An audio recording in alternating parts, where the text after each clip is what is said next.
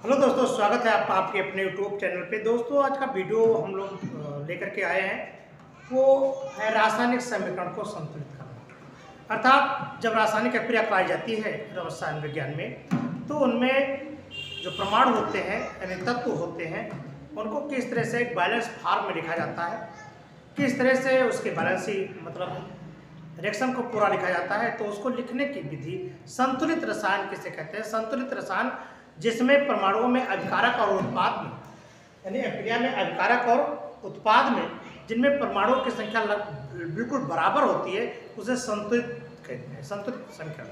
और जिसमें अभिकारक या उत्पाद में परमाणुओं की संख्या अनियमित होती है उसे असंतुलित कहते हैं। तो आपकी परीक्षा में भी संतुलित करने को रिएक्शन आएंगे। तो हम लोग आज पढ़ेंगे संतुलित और असंतुलित रिएक्शन। तो संतुलित समझे आपकी क्या है। तो संतुलित रिएक्शन के लिए कुछ चीज़ें जानना जरूरी है। जैसे देखिए, इसमें यहाँ पर हाइड्रोजन, नाइट्रोजन, कैल्शियम हाइड्रोक्साइड ये चीज़ें दी हुई हैं। इसमें आपको देखना है कि कितने परमाणु, जितना तीर से इधर है उतना और इधर, इसमें परमाणु की संख्या आपके बराबर होनी चाहिए। अगर नहीं है तो आपको बराबर करना होगा। ठीक है, जैसे एक उदाहरण देखें। जैसे मान लीजिए आपने देखिए उदाहरण देखिए, जैसे आपने चावल लिया, दूध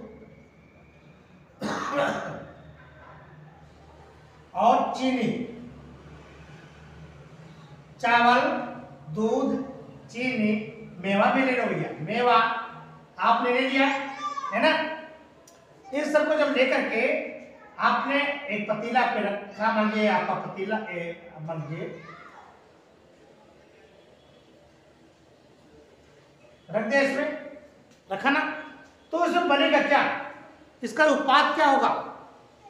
इसका उत्पाद जब चावल, दूध, चीनी, मेवा पड़ा है तो इसका मतलब है कि इसका उत्पाद बनेगा, यानी इससे क्या बनेगा, खीर। क्या बनेगा, खीर। तो खीर क्या है आपको समझना है, ये खीर क्या है। तो खीर आपका उत्पाद है। खीर क्या है, उत्पाद। और खीर को बनाने में जो पदार्थ का इस्तेमाल किया गया, जो पदार्थ प्रयोग किए गए या प्रयुक्त पदार्थ हैं, इनको कहते हैं अभिकारक। ठीक है, तो अभिकारक में कौन आया, चावल, दूध, चीनी और मेवा। ये क्या है, अभिकारक है। अभिकारक को मिलाकर के आपने एक पर क्या किया, अभिक्रिया की। ठीक है, अब इसको जब आपने गर्म किया इन सबको लेकर के, तो जो उत्पाद बना वो बना आपका खीर। ठीक है, अब यहां पर ध्यान दीजिए कि इसका स्वाद कैसा होगा। आपने चीनी डाला है तब यहां इसका स्वाद होगा मीठा। क्या होगा, मीठा। लेकिन आपने चीनी नहीं डाला, भूल गए। सपोज कीजिए कि चीनी के स्थान पर आपने छोड़ दिया इसमें नमक। क्या छोड़ा, नमक। जब आपने इसमें नमक मिला दिया तो इसका उत्पाद कैसा होगा, खीर तो बन ही जाएगा, लेकिन इसका स्वाद बदल जाएगा। इसका स्वाद कैसा होगा, ये स्वादिष्ट होगा, नमकीन होगा। क्यों, क्योंकि आपने इसमें क्या बनाया, नमक। ठीक है, तो ठीक इसी प्रकार से ये होता है कि जितने भी अभिकारक में परमाणु हैं उतने ही परमाणु उत्पाद में होने चाहिए। अगर आपने नमक मिला दिया है तो इसमें चीनी हो नहीं पाएगी, यानी इसका स्वाद बदल ही जाएगा। यानी खीर का स्वाद कैसा होता है, मीठा। तो मीठा स्वाद नहीं होगा क्योंकि आपने मीठा डाला ही नहीं है। ठीक है, तो ठीक इसी प्रकार का मतलब ये है कि अभिकारक और उत्पाद में परमाणुओं की संख्या बराबर होनी चाहिए। अब बराबर नहीं है तो आपको बराबर करना होगा। अब कैसे करें ये हम लोग पढ़ेंगे। क्लियर, आइए पढ़ते हैं क्या करें।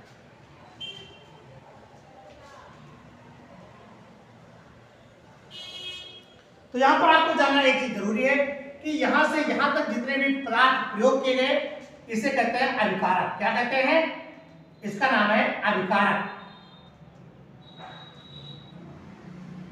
क्या है, अभिकारक। और यहां आपने क्रिया किया, इधर जितने भी पदार्थ प्राप्त होंगे उसे कहते हैं उत्पाद। ये आपके उत्पाद, प्रोडक्ट, ये आपका प्रोडक्ट प्राप्त हुआ है। यानी इससे आपने अभिक्रिया के दौरान जो अल्टीमेटली प्राप्त किया है उसे कहते हैं उत्पाद। उत्पाद का मतलब होता है अभिकारक से, यानी क्रिया करके बना हुआ पदार्थ। तो ये आपका उत्पाद होता है। ठीक है, जब अभिकारक और उत्पाद परस्पर असमान होते हैं तो क्या किया जाता है, देखिए इसकी कई विधियां हैं संतुलित करने की, कई विधियां, लेकिन हम लोग पढ़ेंगे वो अनुमान विधि। क्या पढ़ रहे हैं, पहला है अनुमान विधि, सबसे सरल विधि है। आज हम लोग पढ़ेंगे अनुमान विधि के द्वारा कैसे इसको सरल करते हैं। ठीक है, तो देखिए कैसे आप इसे सरल करेंगे। तो क्या होता है कि जिधर अभिकारक में जितने प्रमाण होते हैं और जिधर उत्पाद में जितने प्रमाण होते हैं, इन सभी को पहले क्या कर दिया जाता है, अंडर ब्रैकेट कर दो। क्या कर दो, ब्रैकेट। ये देखिए,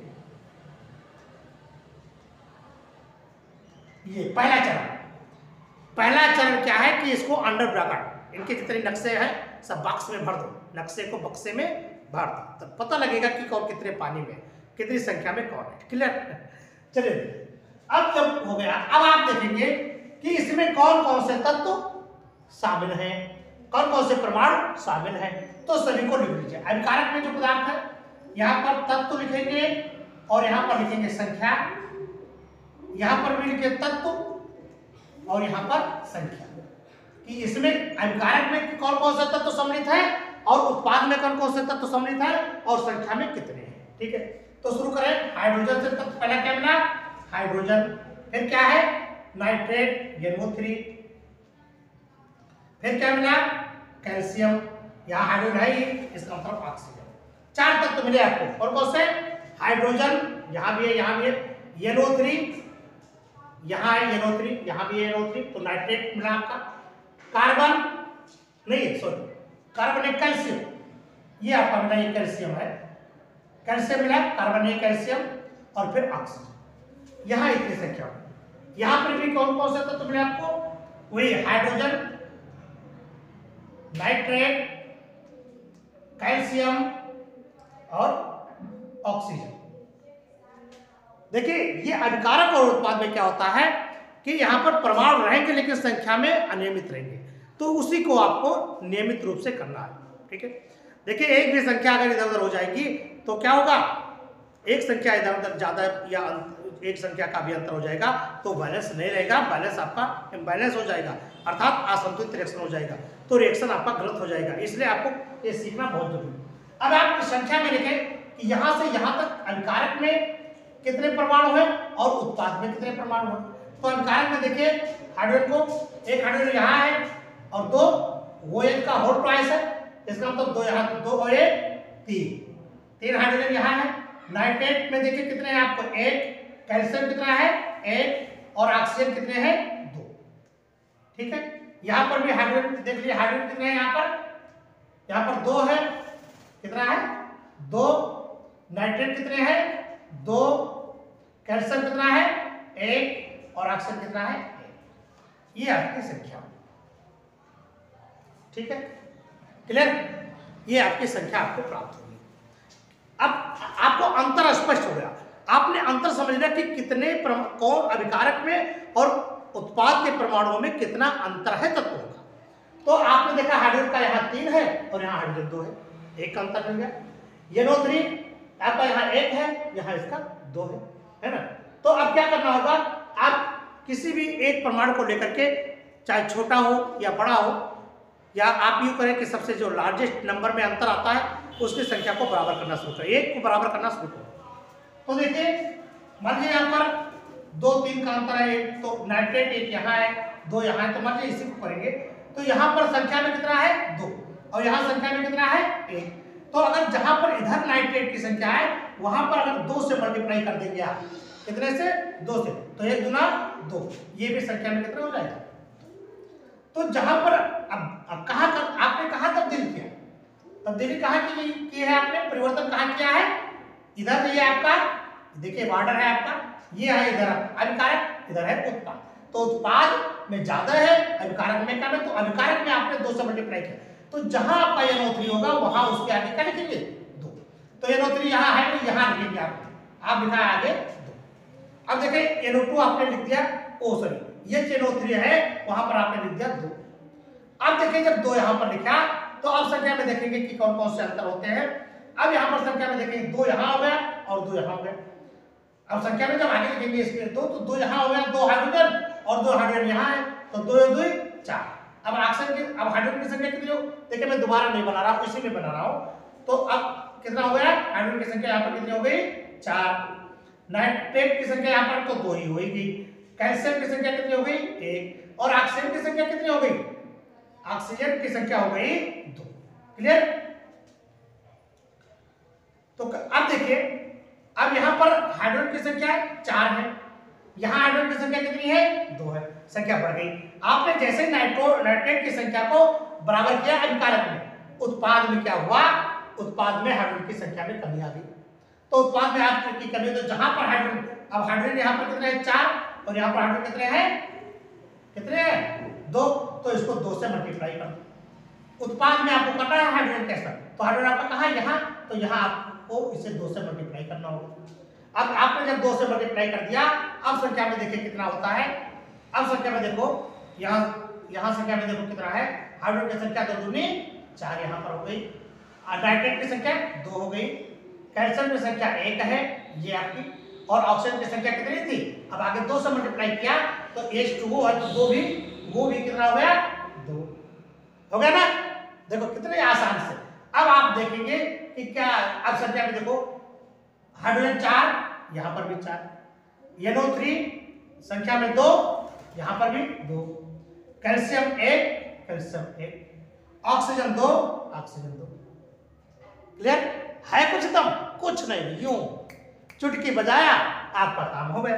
तो आपका जो फाइनल जो रिएक्शन मिला वो मिला क्या, देखिए 2, क्या मिला आपका, 2HNO3 प्लस CaOH का whole twice gives out CaNO3 का होल ट्वाइस प्लस 2H2। ठीक, यह रिएक्शन आपको मिला। यह कैसा रिएक्शन है, ये आपका संतुलित रिएक्शन है। ठीक है, तो इस तरह से आपको संतुलित रिएक्शन लिखा जाएगा, पढ़ाया जाएगा, आगे आपको समझाया जाएगा। समझ में आई बात। इसमें देखिए सभी आपके परमाणु जितने भी है, सब परमाणुओं की संख्या आपस में समान है। ठीक है, समझ में बात। चलिए एक और उदाहरण आपको समझाते हैं। अगला देखिए, बड़ा इंपॉर्टेंट है आपका, ये carbon dioxide plus H2O gives out glucose. ये आपका C6H12O6, C6H12O6 ये आपका ग्लूकोज है, C6H12O6 और ऑक्सीजन, ये आपका एक रिएक्शन है। अब आपको इसको संतुलित करना है, अनुमान विधि है, किसी विधि से आप अनुमान विधि से अभी आप सबको, तो कैसे आप इसका जो है इसका संतुलित फॉर्म लिख सकते हो। ठीक है, तो देखिए एक एक करके बैलेंस करो। अब देखिए लिखने की कोई जरूरत है नहीं, क्योंकि यहाँ पर कार्बन यहाँ कितना है, 1 CO2 है ना, यहाँ पर कार्बन कितने हैं, 6 कार्बन है। समझाएगा, जान गया। हाइड्रोजन यहाँ 2 है, यहाँ हाइड्रोजन कितना है, 12 है। ऑक्सीजन यहाँ पर 2 1 3 है, और यहाँ पर 6 हो गए। काफी डिफरेंसिव है, बहुत ही ज्यादा डिफरेंस हो ना। तो एक एक करके डिफरेंस करो, एक एक को डिफरेंस मिटाओ भाई, डिफरेंस मिटाते चलो। देखिए यहाँ पर लिख लीजिए जरा, शायद आप तत्व लिख लीजिए। ये आपका तत्व है, ये आपका संख्या है, यहाँ पर भी तत्व है और यहाँ पर भी संख्या है। तत्व की संख्या दोनों को, तो कार्बन यहाँ पर कार्बन है, हाइड्रोजन है, ऑक्सीजन है, यहाँ पर भी कार्बन हाइड्रोजन और ऑक्सीजन, यही 2 तत्व भाई शामिल है, 2 ही तत्व शामिल है।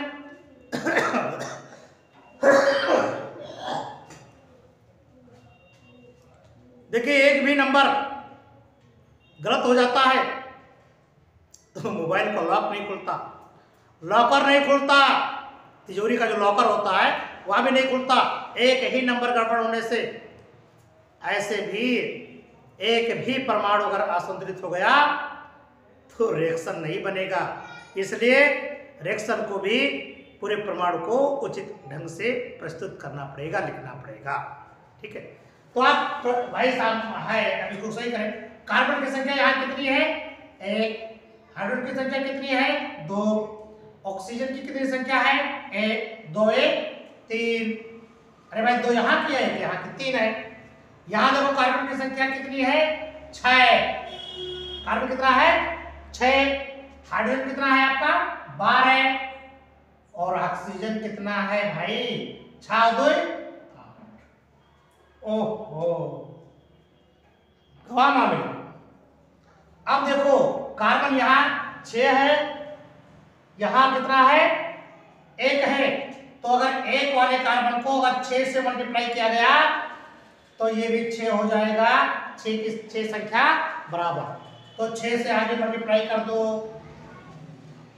अब देखो 6 यहाँ हो गया, तो 6 दूनी 12, ऑक्सीजन कितना हो गया 12 हो गया, 12 और 1 13, 12 1 13 हो गया यहाँ। अरे भाई 2 6 12 ही और 1 यहाँ 13। आपने इधर किया, इधर देखो कितना है। अब हाइड्रोजन की संख्या कितनी है यहाँ पर 2 और यहाँ पर कितना है 12। अब इसको सही करने के लिए आपको क्या करना होगा, इसको भी 6 से गुणा करना होगा। तो 6 दूनी 12 हो गया नहीं। अरे भाई यहाँ पर आपका 12 है, यहाँ पर 2 है, तो 2 को 6 से मल्टीप्लाई करेंगे तो ये भी कितना हो जाएगा 12, हाइड्रोजन आपका 12 हो जाएगा। तो यहाँ भी इसको आप क्या करेंगे 6 से मल्टीप्लाई कर दें। तो जैसे 6 से मल्टीप्लाई किया तो 6 दूनी 12 हाइड्रोजन और 6 ऑक्सीजन यहाँ और 12 यहाँ, तो 12 6 18। इधर हाइड्रोजन कितना हुआ 6 और 12। अरे भाई 6 दूनी 12 यहाँ और 6 यहाँ, 12 6 18 ऑक्सीजन हो गया। अब यहाँ पर देखिए कार्बन की संख्या 6, हाइड्रोजन की संख्या 6 दूनी 12 और ऑक्सीजन की संख्या 6 और 12 18। यहां पर देखिए तब तार्किक कितने हो गए 6 हो गया ना। अब हाइड्रोजन की संख्या देखिए 12, ये भी तो हो गया 12। अब देखिए ऑक्सीजन की संख्या यहां कितनी है 8 और कितनी होनी चाहिए 18। तो 18 में से 6 आपने यहां निकाल दिया। अब 6 यहां तो लिख ही दिया ना, अब कितना बचा 12, यानी 12 ऑक्सीजन आपके अभी असंतुलित है।